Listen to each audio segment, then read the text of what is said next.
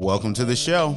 All right. Ain't Gonna Hurt Nobody podcast, episode 25. 25, quarter century. Quarter century. Is that diamond, platinum, gold? I don't know what anniversary that is. Just love. But it's special. Yeah, nonetheless. Special.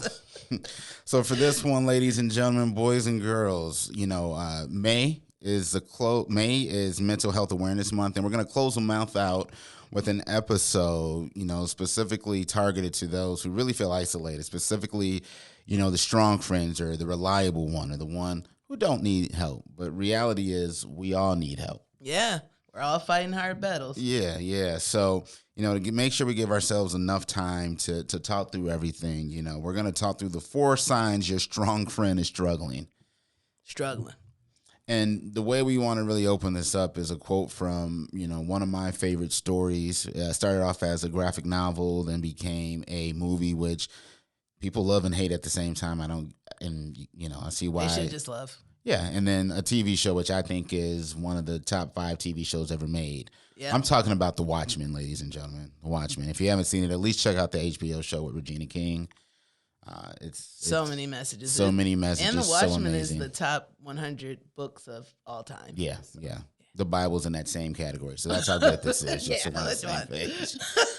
So Rorschach, he's a character, one of the superheroes in The Watchmen, and he has a journal that he writes as he kind of fights crime. So here's an excerpt from the story. Heard a joke once.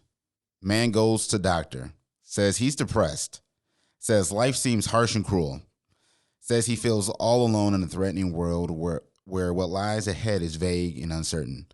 Doctor says treatment is simple. Great clown Pagliacci is in town tonight. Go and see him. That should pick you up. Man bursts into tears, and he says, but doctor, I am Pagliacci. Oh, mic drop. Did you see that coming? Because I know I sure didn't. Holy smokes. So, Joy and I saw that movie. That was actually our first movie date when we got back together back in 2000. It was, and ironically, now we go back to the top 100 list, and the Bible being on there, I snuck out of church early to meet you and go to the movies to see Watchmen. Well, church is wherever you are, ain't it?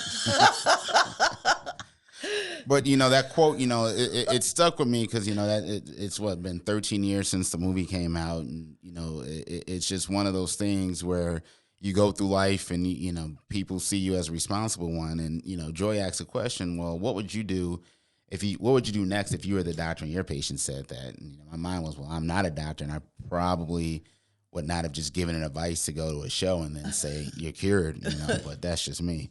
But we're going to go through the 4 signs your strong friend is struggling, and just get into it in terms of, things you need to look out for and things that to help you be aware of that friend that you think is reliable and who don't need you. Or if you're that one that people lean on, these are 4 things that you should just be cognizant of, that you're struggling, and you should probably seek some sort of help. Number 1, you're giving to everyone else. Everyone. And just to build on that first one, think about Pagliacci. He must be pretty damn good at his job for a doctor of some random client to be giving tickets away. He's helping a lot of people. He's probably really, really, really good at a very specific skill. And because of that, people think you're good at all skills. Exactly. That's what occurs. But that was the one thing I would say is that when you're giving to everyone else, sometimes you're making everybody else feel better for some random reason, but nobody's technically looking out for you. Who's making you feel better? Exactly. You're that person. Exactly, right? You think about it, right? Your car breaks down, you call AAA, or if it's you're in, the city of Chicago, that yellow tow truck will come. But that tow truck needs gas. They need to get their tires rotated. They need, get their oil changed, Who tows the tow truck, right? Yeah. Those are all, that's a strong vehicle that pulls people out of the mud, out of the dirt, but that same vehicle needs care and attention. So, that vehicle's it's literally in its name. It's a tow truck. It's towing things from point A to and fro from point A to point B, and that's their whole mission and purpose. But that vehicle still needs maintenance. It still needs to go to the same gas station to get gas like every other vehicle. And it needs service. So if you see something or somebody that's constantly giving to somebody else, you need to if you see somebody like that, you should. It goes a long way just to pause and say, "Hey, you okay? Everything cool? Do you need anything?" Or if you feel that you're that person, you should stop and take an audit of what's going on in your life, who's in your circle, who's in your air, who's in your being, and figure out who's bringing use and utility for me, right? Several episodes ago, a few years back, we did one about friendships and relationships, and a lot of friendships are based off of utility. They're transactional in terms of who can do what. Can you do for me? What can you do for me? And a lot of times you can find yourself in a friendship or a relationship or situation where you're the one who's paying it forward, not necessarily having anything paid to you or paid back. Right, yeah. And then at the same hand, like when you're that responsible one, like I would say for me, that's how I feel. I'm the responsible one. And a lot of times, like with my family, or if I'm talking to somebody or going through something, I'm trying to call somebody like, yo, what's your advice? I need help. And then instead of giving me advice or tips or help, like I'll get the response like, everything works out for you. It'll be fine. And that's not necessarily what I want to hear, because right now in this moment, I'm not feeling like everything is working out for me. Like, it's always like I get that response, oh, you haven't failed at anything. And I'm like, what? Like, dude, you have no idea. Or people think, oh, you have a podcast. You're too busy. So I'm not going to call you to hang out, even though you probably do need that walk. Yes. But I'm not going to call you up to invite you to go for a walk because you're busy. You have kids. You have such a high functioning life or whatever. So people assume that you don't need the things that you might need. Yeah, your life experience is marginalized to the success that people are seeing. Like Gary Vee always says, like, I fail at, I don't even know his quote. I don't even know why I brought up Gary Vee, but like you fail, like, it's your failures that push you to get to your success. And like, you see the end output, those of us that know and love us, we bought a house. It's been a little bit over a year ago since we bought our house and moved to a new area within Chicago. But we probably saw close to 40 or 50 houses, probably had 6 or 7 failed contracts, right? But, people see the house, see the situation that we set up, and that's through the failures we had, on our part, on just the various entities out there, whether it's underwriting, whether it's a process, whomever, right? There's a lot out there that goes into seeing the nice shiny rock, the nice shiny thing that you see out front, right? Takes a lot of shit to make a flower red, to make the roses bloom. Yeah, and it's like people who need help sometimes look a lot like people who don't need help. That's like the irony. Like that's just something. What does that mean? That people who need help sometimes look a lot like people who don't need help. Yeah. I think that there's like a stigma, or there's something that there's like a way people assume you should look when you need help. Maybe you're haggard. Maybe you look tired. Maybe you're crying a lot. Maybe you're just like a hot mess. It's just like, but I feel like sometimes the most put together people, everybody need, like the thing is like everybody needs help. Like the struggle is real. Even if your life has been going on a pretty good trajectory, it's like life in and of itself takes away from everyone. It's like there's so much shit you go through just like in a week, just trying to make it through day by day. Yeah. Like, and that in and of itself takes a toll, no matter how strong you are. Yeah, I think, to build on that, I think people see you set a goal, you achieve said goal, so they assume you're good. It's no different, than that whole, phrase, it's lonely on the top, right? That comes from, kings and queens and monarchs. It's lonely because you can't have any real friends, because at the end of the day, you ultimately have the trump card, and you can literally cut somebody's head off if you don't like what they do. So you're always going to be lonely because no one is going to want to really talk to you. But in the case of this, when you're that person that's able to set a goal and chart a course and find, your contingencies, so when you do get off track, you won't sink in the process. That can get lonely. If you're the president or CEO of a company, if you started your own company or your business, it's like, who do you have to talk to? You know, you could talk to other people who have started businesses, but they're your competition in some ways, right? Yeah. You could talk to, you know, some of your, you know, employees, but you're the boss, so they're not going to say too many things you don't want to hear. Or they could be your future competition because they might have that same ambition as you. Or you can maybe, you know, hopefully surround yourself with a strong team and you're willing to hear that input. But then after a while, if you're, you know, being given input and you're on the top, people are like, well, you're not the leader I thought you were. If I'm giving you advice, I can do this on my own. So it's this loneliness. It's this loneliness that you have when you're the, you know, we keep on saying the strong person because that term is used so broadly now for when people, I feel like it's just used when people, you know, find that as an excuse not to give you the basic comforts that you should get from them. Yeah, but I think like I like it too when you're thinking about just that word responsible, because it's like, and we can get into this later, but it just, when you're the responsible one, that kind of gives somebody else the leg out to not be responsible. Like, Joy will handle it. Joy got it. Like, if I drop the ball on this, like Joy will pick it up. And it's like this like image of, it's like if you go to the circus, I guess we're doing a lot of circus references, but anyway, you know that like acrobat that balances all the plates on a stick, like he got the stick on his nose, like on his like chin, all that shit. Oh, yeah, okay, whatever. He got all the plates and he's like balancing it, but then like people, I feel like a lot of times that's the strong friend. They're balancing all these plates and then a plate breaks. You know what I'm saying? Or the plate drops, or they're trying so hard not to let one plate drop that another plate is like getting off balance. Exactly. And that's like, how do you just keep all the plates spinning? Yeah. That's the hardest part. Yeah. I mean, let's use some more real life examples. I mean, right now, you know, my sister, you know, my mom is sick. She caught COVID, you know, during the Omicron phase when all the cool kids got it.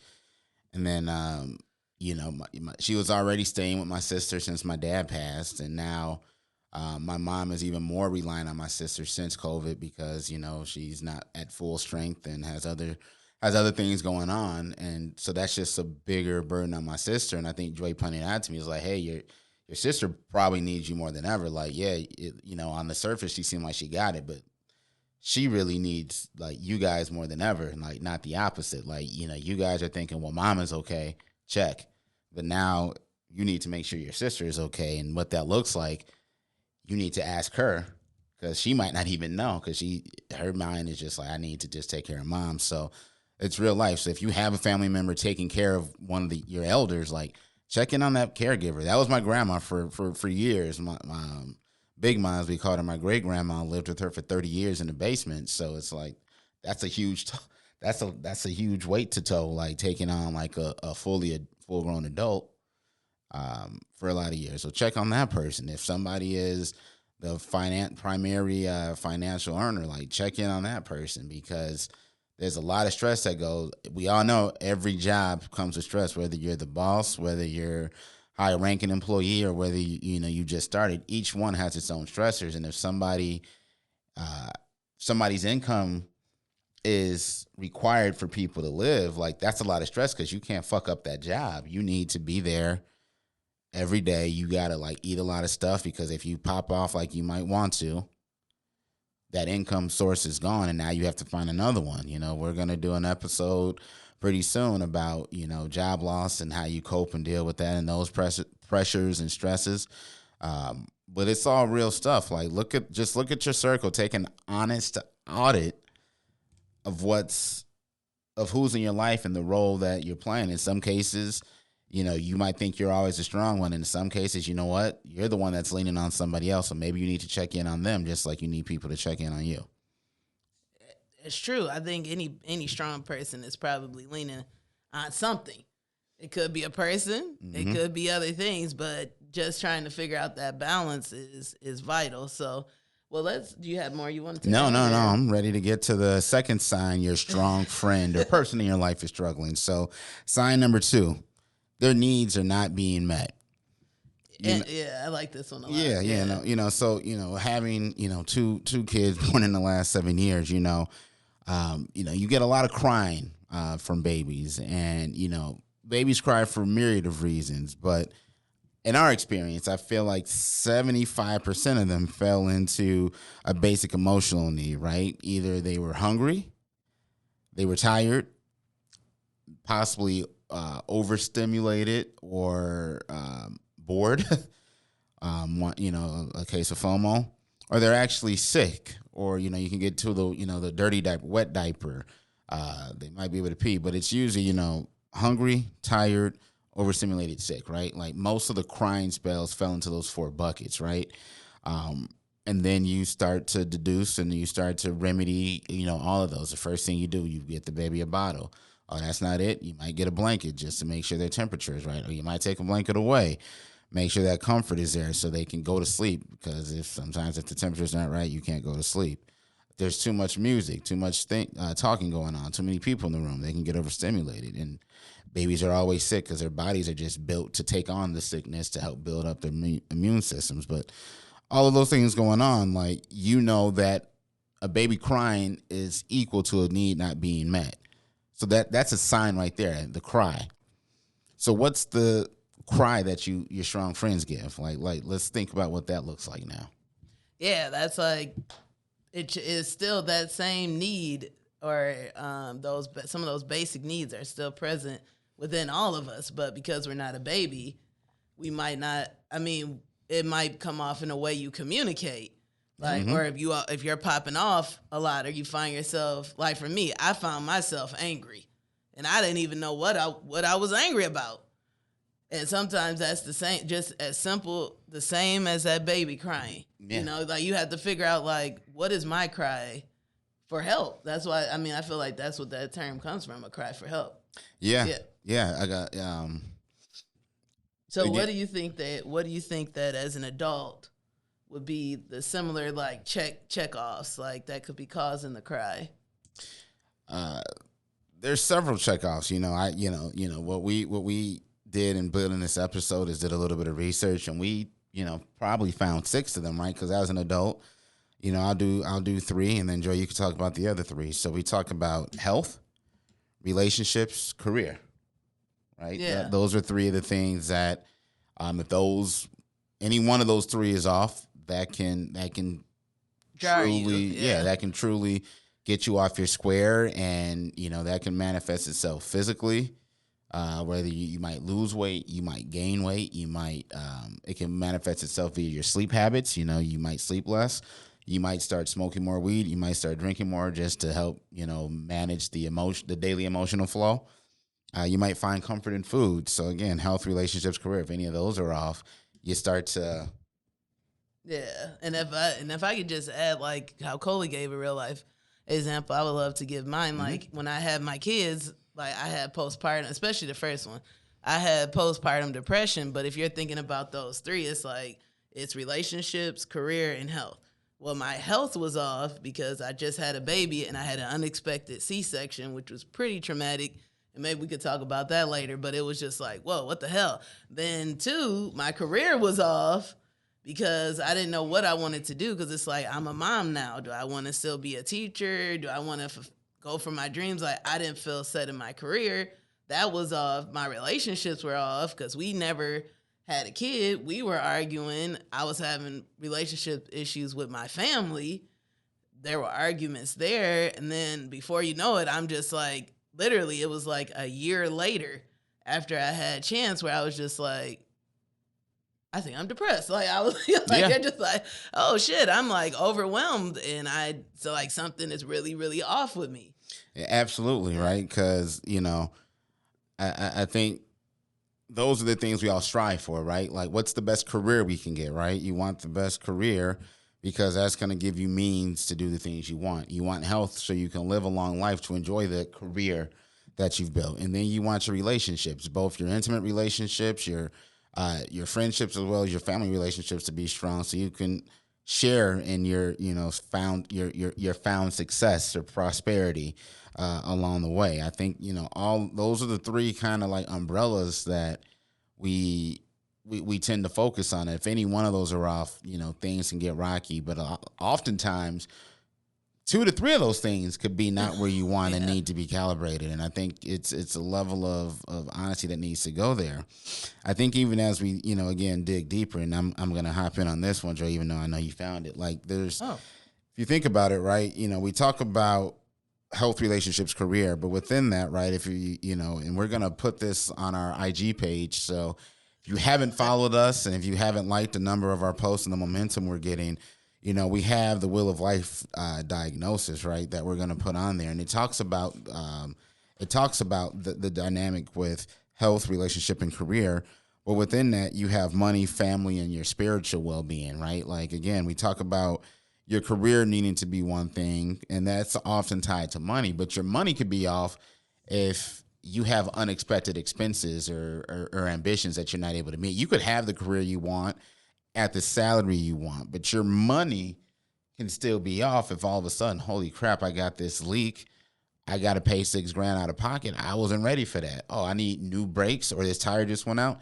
I need $500. I don't have it. And that can cause a spiral. You can find yourself in these circles that messes you up because you think you have everything set with your career, but then all of a sudden your money is off because, let's face it, life can get fucked up sometimes, and in that process, things can get off. Yeah, and then just to build off of that, like your career could be straight, but you could discover, oh shit, like I'm not making the money I'm supposed to, or your career could be straight, but like because again, like if you're a strong friend but you're going through something, you might be leaning to make yourself feel better on spending. So you might be like the opposite, where you have a career, but you're like a coping mechanism is that you shop or you spend. Yeah. And so your money is like off, which then in turn creates a spiral because then you're beating yourself up because you're not spending properly. So. Absolutely. And you get absorbed in that, right? Like it becomes like an infinity loop. When again, your career is on point, it's taking your time, but then your money isn't right. And then you get into your relationships, right? And specifically your family, because that your friendships are one thing, right? Because those are the people you choose to be around. Like I get it. You have acquaintances at work and acquaintances that you come across in different places, but the relationships and then your overall relationships, but then specifically your family can get off because, again, these are the people that have been around you. They literally saw you when you were in the dirt. So if you're still in the dirt, you made your way out of the dirt. If they saw, if dude was smart, but he never did what he needed to do while he was in school, or he just settled, he settled on a mediocre major because he didn't want to work hard. And now he's whatever, like people see that and they look at you some type of way, or there's jealousy within families. There's competitiveness within families. Like your relationships and your familial relationships can take turns that could really drive off your need, because you need that need of closeness and familiarity from those that are supposed to love you. Yeah, and that, it's the saying, like to me in my heart is always like, I want to matter to the people that matter to me. Yeah. And in some situations, you think those people are your family. Yeah. Like that's just an automatic thing, but it might not be. And then at the same time, like with your family, because they saw you in the dirt, there's a level of obligation that they're walking around with, that you owe them something. Correct. They did all this for you. So like, what are they going to get? And that can pull away that pulls away from you as well. Absolutely.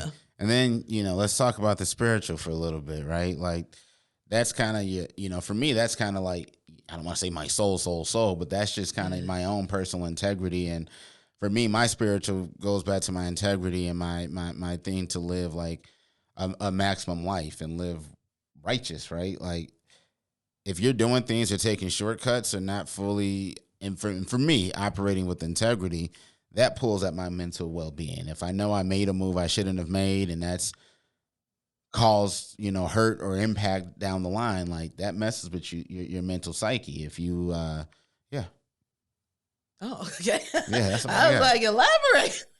No, there's just stuff that you do. There's moves that you make. There's deals and agreements you might make that you don't fulfill. There's, obviously your relationship with God, and are you No matter who you worship, but are you kind of doing things in accordance with the tenets set forth in those teachings, right? Like, if you're off on those and you are, and I'm not just talking about I had a drink or I did whatever. No, I'm talking about if you're like living really foul, but you're still, financially prosperous, or still got the lover that you want, but you're still not, you feel like you're not who you're supposed to be at your core.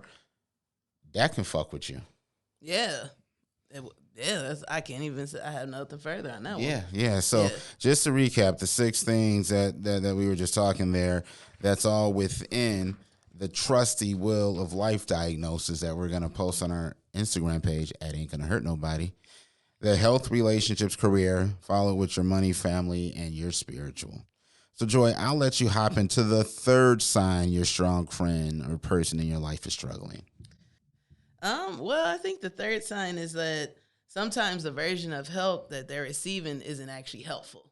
And so they're kind of not getting what they actually do need. So you're saying that your strong friend might actually be getting help, but it's not effective help. Right, it's not effective. Gotcha. Or even, and if someone's like, oh, I hate the word help, like support Gotcha. or resources or whatever they might need, like they're not getting that. Yeah. It's very easy because, in my life, I've learned that people want to help you the way they want to help you. It might not be what you need. Like some people, it's funny. Some people might help you by giving you money when you actually don't. You'll take it.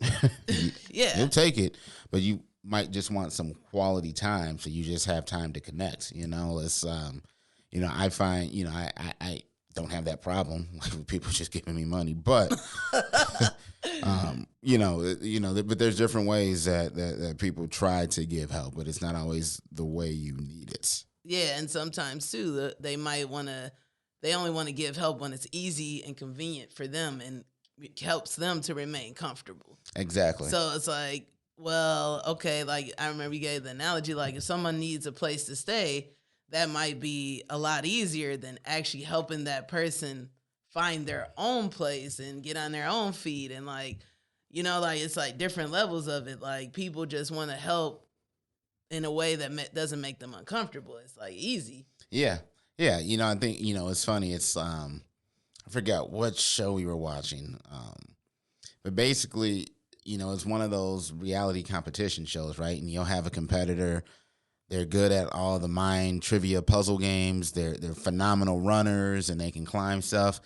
And then they can't swim. And then people laugh when you see them struggling. And then like after a while, it's like, oh crap, the lifeguard had to get out there and save them. And then people like are laughing and then like, yeah, this is a strong person, physically, but mentally. Yeah, they can't swim. So they don't need your like laughter. They need a lifeguard. They literally need a life raft. And the irony is like this show that I guess we're not going to mention the name because I know exactly what you're talking about. Yeah. So anyways, the show is a challenge. It's an MTV challenge. But I can't remember if it was a challenge or another show. It's a challenge. But what makes it so ironic is like there's multiple seasons of this show and the same people be coming back and every time they don't be knowing how to swim. It's like, what? It's hard to learn how to why didn't you still don't know how to swim? And I feel like it's easy for people to be like, you should know how to swim instead of somebody like taking the time and be like, yo, let me show you how to swim. But you can know how to swim. You can learn how to swim in a pool because I swam my entire childhood, and I feel like you're a pretty good swimmer. Yeah. Thank you for saying that. I'm glad you said it. I thought I had to keep on stumbling and fumbling. Thank you. Yes, well done. The first time I snorkeled, I almost died because I had never been in a saltwater ocean, and then some water got in my mouth, and I was done for. And I had to, somebody had like. The tour guide had to like get the stick out. I had to grab it, and I was fine once I got in. But I had never taken in salt water like that because most of my swimming experience had been in freshwater pools or in clean Lake Michigan. But I needed help, and I fortunately got it. Amongst much laughter as I look at the fat dude finna drown. I'm like, no, I can swim. Help. And at the same time, I think that goes into one of our like thoughts under this help category is that people are just haters. Like they don't want to help you. They like want to see your demise. Like, haha, you can't swim. Exactly. Like they're like shady. Like people don't. They have the tools to help you. They have the resources. Yeah. They know. They probably even been in your own situation. Yeah. That you're going through, but they don't want to help because they don't want you to have. They might feel like, oh, they gonna have an edge over me. Exactly. If I pour into this person, they gonna get an edge. 1,000%. 1,000%. I think also a lot of people, again, there's been a theme throughout this show. They assume you don't need the help. They'll assume, again, going back to your whole point, you'll figure it out. You seem to land on the top. Oh, you're drowning. Don't worry. You always you'll figure out a way to float. It don't always work that way. I feel like just, from a practical standpoint, life is a series of failures. I feel like that's what it's all set up to be. And you just need different things from different people at different times. And, when somebody needs something for you, you should be there.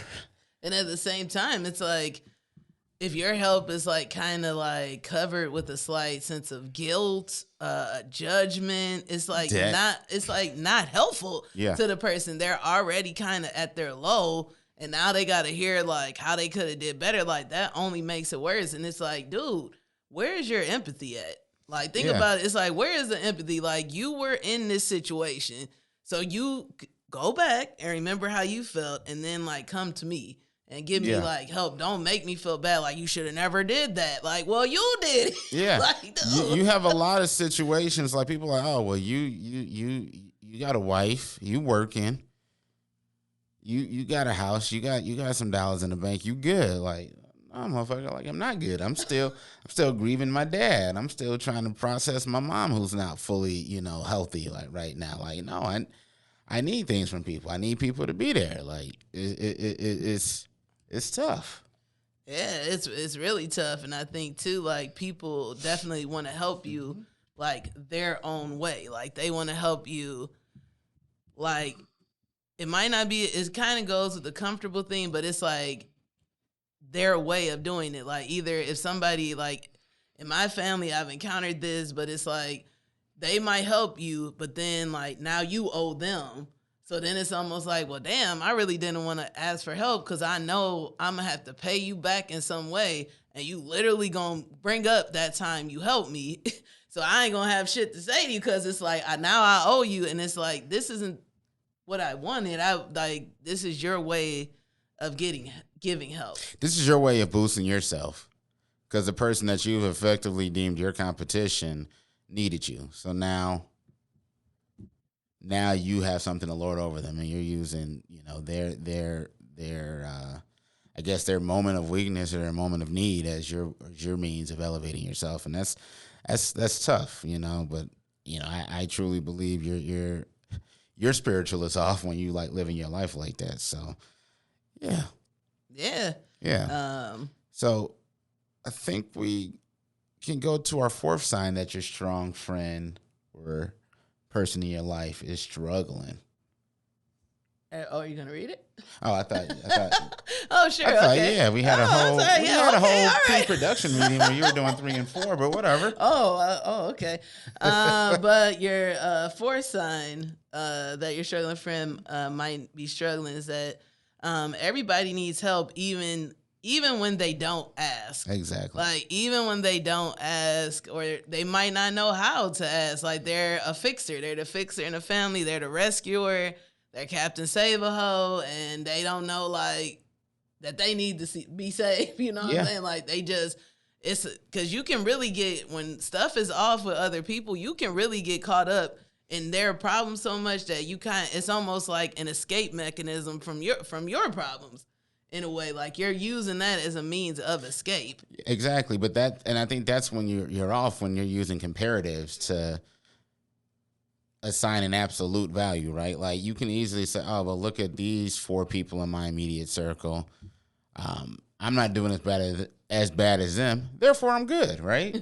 Like, no, it's like no, we all have our own walks and our own journeys, and if you're not feeling right in your walk, you need to raise your hand and say, "Help." And it's not always you need a psychiatrist. It's not always you need to just go for a walk. Like you might need to change up your diet. You could be eating all that red meat. And you might just be like, you know what, I like this, but if you might meet with a trainer and realize you could change 4 meals to eliminate red meat, your physical will be that better. I'm not saying red meat is the cause of everything, but cutting back on red meat and sugar, you do feel a lot better, and your poo don't smell nearly as bad. I'll say that. I won't comment on the poo thing, but I would just say too, like, if you're thinking about it, it like somebody might not know how to ask for help. They might not want to ask for help, but at the same time, they might like where they at. Like, they might not like receive help. Like, there's a lot, in my opinion, there can be a lot of responsible ones or strong ones that they don't want to receive help because in some ways, and it's like, oh, I'm the perfect one. And if I'm asking for help, then that must mean there's something off with me. Or like, I have people who I know, they go to the therapist, but their therapist really isn't like helping them. They're just like letting them vent, and then they never give any like tools or advice to actually become like better and get out of these situations. So they might not want to receive help. Like, they want to control like the narrative as well, because usually sometimes a strong friend might be a little like controlling, low key, a little bit. You know what I'm saying? Yeah. So you trying to control the narrative. But I think the beautiful thing, right? It could be as simple as just sending people links to articles, right? Like sometimes, going back to when you have a baby, it's amazing when you start Googling anything, how the autofill will be what you're looking for. You're like, damn. And then you find out there's thousands of articles or Reddit forums or baby forums about whatever topic, right? You could be like, you could, I think I Googled, we just had a baby and my wife is, and then it felt upset, tired, angry with you. I'm like, oh, I need to click on all the above. Because it's all there, and it's I needed help just to get perspective to understand, like, do I need to change what I'm doing? Does she need to change what she's doing? Do we need to change what we're doing? And it's Google and it's cold, and it's one of the things that losing my dad helped me, because he was the one that kind of like would help me snap back into place, or just kind of give me the perspective of like, hey, you can win this short-term battle, but long-term, you need to figure out X, Y, Z if you're going to make this work. So while I wasn't asking for help, like, I was able to find help because it's real. It's out there. There's not I think the one thing, like, I'm looking at the camera in this one. No matter what shit's running in your head, you're not the first person to think that thing. And Google has proved that out. Yeah. No matter, I don't care what thoughts you have in your head. Google has information, forums, boards, articles, websites, or whole organizations dedicated to figuring said issue out. So whatever you think you're going through, you're not the first, you're not that special. You're not the last. Yeah, you're not that damn strong where you don't need anything. And I don't care how much money you have. I know plenty of millionaires who have been divorced and who are sitting there sad with a young, beautiful girlfriend going through bullshit. Like, you're not the first, you're not going to be the last. So you got to raise your hand and figure out a way to, like, figure out what's on your mind. And if you don't want to actually ask a live person, trust me, you can Google that stuff. You can Siri that stuff. You can listen to a podcast. You can listen to a great podcast. Yeah, ain't gonna hurt nobody. No, but I'm just produced at Lavardigan Studios. That's true. But I think it's just interesting. Like, we're looking to the camera. It's like, you are not alone. Like, for real. Like, you might. Yes. Yeah.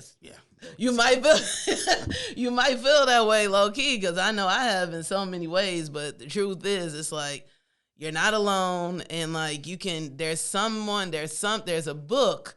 There's a concert. There's an album you can listen to. It's not always a therapist. And then at the same time, don't give up. Like, don't give up when you're like, shit, I'm trying to look for help. I went to this shitty ass therapist. They weren't good. They weren't helpful. Yeah. And now you're like, well, I don't say fuck therapy, but you probably is like that because you had a very bad experience. But it's like, dude, don't give up. Like, maybe they just weren't a good fit for you. Maybe this route you took wasn't the fit, but it takes time to find, like, what works for you, what makes you feel supported, and then, like, just stick with it. Like, don't give up. You don't have to give up. Like, there's gonna be an answer, like, somewhere. It just takes time. Absolutely. Yeah. Absolutely. So I think, again, this topic was something that we just started talking about yesterday, and I think it was amazing the amount of synergy and thoughts that we have, in producing any episode of this show. It starts with the random conversation. Like, oh, we should make that a podcast episode and just talk about it. And I think this one was especially interesting because I feel like Joy and I, there's been a lot of toil and struggle, a lot of money spent at therapy. I think it took our current counselor is our third one. Yeah. And we had to try on, and we like that was the first one. Oh, the first one was the one with the jean jacket. She was the second one. Who was the first one? The first one was that woman that was way on the north side. She was so sickening. Who blamed me for everything. No, she didn't. She was like, I was like, wait, you ain't been. Anyway. Nah, she did. She sent you a whole message saying, I don't think he's receptive. Oh, yeah. She told me that in the bathroom. She like came in the bathroom and told me. What is that? I'm driving way up north. We're not coming back. The second one was the jean jacket. And she took your side on everything. And I was just like, what? Like, I was looking at that. That was the one time I was looking at a therapist like, yo, you need therapy. Like, she had that same outfit on every time. Every time. Like, what is going on? I don't want to take advice from you. I was like, man, I know everything's not my fault. There's one time it was not even a situation about me. No, I'm talking about the therapist. It was like something you were going through with someone else, but it came up in couples therapy. And they're like, well, Coley, what did you do? I'm like, I wasn't there.